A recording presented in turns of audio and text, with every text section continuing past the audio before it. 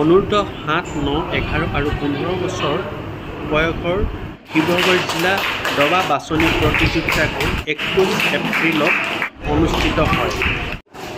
এই উপলক্ষে শিৱসাগৰ ছোৱালী মহাবিদ্যালয়ত অনুষ্ঠিত হোৱা বঁটা বিতৰণী অনুষ্ঠানটোত জিলাখনৰ বহুকেইজন গণ্যমান্য ব্যক্তি উপস্থিত থাকে। ৰঙালী বিহুৰ ওলগ জনাইছোঁ। শিৱসাগৰ জিলা দবা সন্থাৰ উদ্যোগত যি এই কাৰ্যসূচীৰ আচলতে বিগত সময়ত কেনেকুৱা ধৰণৰ কিখিনি আগবঢ়াই গৈছে আমি সিমান জ্ঞাত নহয়।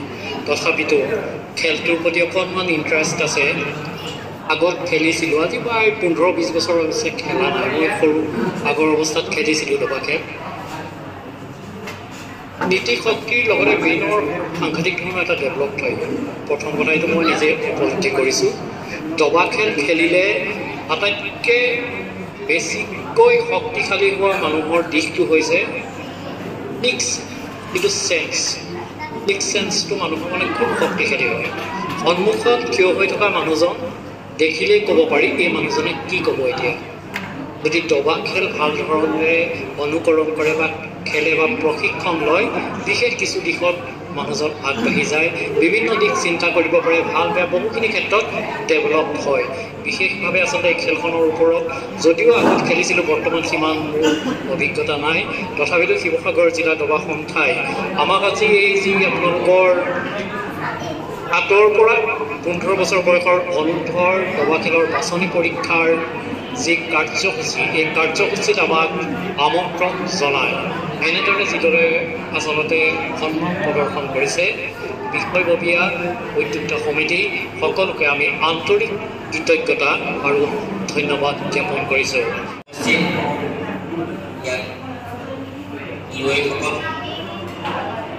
পিতৃ-মাতৃ অভিভাৱকসকল, আজি আমাৰ শিৱসাগৰ জিলা দবা সন্থাৰ অনূৰ্ধ্ব শাখাৰ 8, 9, 11 আৰু 15 অনূৰ্ধ্ব শাখাৰ ল'ৰা ছোৱালী প্ৰতিযোগিতাখন সমাপ্ত কৰিছে ইতিমধ্যে। আৰু ইয়াৰ পৰাই এতিয়া যিসকলে 4জনকৈ খেলুৱৈ নিৰ্বাচিত কৰা হৈছে, ইয়াত প্ৰথম 4টা স্থান লাভ কৰা খেলুৱৈসকলে সদৌ অসম ভিত্তিক শিৱসাগৰ জিলাক ৰিপ্ৰেজেণ্ট কৰিব পাৰিব ইয়াৰ পৰা। গতিকে প্ৰথম যি 4জন লৈ আমি ইয়াত নিৰ্বাচন কৰিছোঁ, তেখেতলোকে আগন্তুক যি সদৌ অসম প্ৰতিযোগিতা অনুষ্ঠিত হ'ব, সেই প্ৰতিযোগিতাত তেওঁলোকে যোগ্যতা অৰ্জন কৰিছে শিৱসাগৰ জিলাক ৰিপ্ৰেজেণ্ট কৰিবৰ কাৰণে। যদি ইয়াত দেখা পাইছোঁ আমাৰ স্থানীয় সংবাদ সেই সকলোৱে উপস্থিত আছে। মই তেখেতসকলকো মই মোৰ নমস্কাৰ জনাইছোঁ। দুদিনীয়াকৈ যি এই বাছনি প্ৰতিযোগিতা পতা হ'ল, Under 7, Under 9, Under 11, Under 15 সফলতাৰে জিলা দবা সন্থাই অনুষ্ঠিত কৰিলে। ইয়াত আচলতে আৰু বেছি ভাষণ দিয়াৰ কথা নাই। মই সকলো প্ৰতিযোগীকে, সকলো খেলুৱৈকে ইয়াত অংশগ্ৰহণ কৰাৰ বাবে, ইয়াত স্থান লাভ কৰক নকৰক, যি প্ৰতিযোগিতাৰ মনোভাৱেৰে, খেলুৱৈসুলভ মনোভাৱেৰে দুদিনীয়া বাছনি প্ৰতিযোগিতাত ভাগ লৈ তেওঁলোকে নিজৰ শ্ৰেষ্ঠখিনি উজাৰি দিছিলে, তেওঁলোকক মই অভিনন্দন জনাইছোঁ, তেওঁলোকক শুভেচ্ছা জনাইছোঁ। আৰু তেওঁলোকে আগবাঢ়ি যাওক, মোৰ আশীৰ্বাদ তেওঁলোকৰ ওপৰত আছে। তেওঁলোকে আমাৰ জিলাখনৰ পৰা পৰৱৰ্তী অসম তথা দেশৰ নাম যাতে এদিন উজ্বলাবলৈ সক্ষম হয়, তেওঁলোকৰ দেশৰ লগতে নিজৰ পিতৃ মাতৃ, নিজৰ সমাজখন, নিজৰ গাঁওখন, পৰিয়ালটোৰ সন্মান নিশ্চয় তেওঁলোকে ৰাখিব।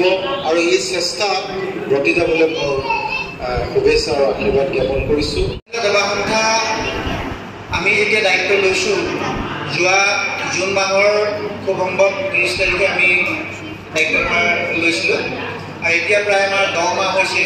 আপোনালোকে এটা কথা লক্ষ্য কৰিছে যে প্ৰতিযোগিতা আমি আগবঢ়াই দিছোঁ। আমি 2টা মাহ আগবঢ়াই দিছোঁ এই প্ৰতিযোগিতাখন, যি বাছনি প্ৰতিযোগিতা। এইকাৰণেই জুলাই মাহটোত যদি আমি পাতিবলৈ ৰাখোঁ, তেতিয়া জুলাই মাহত বিভিন্ন প্ৰতিযোগিতা হয়।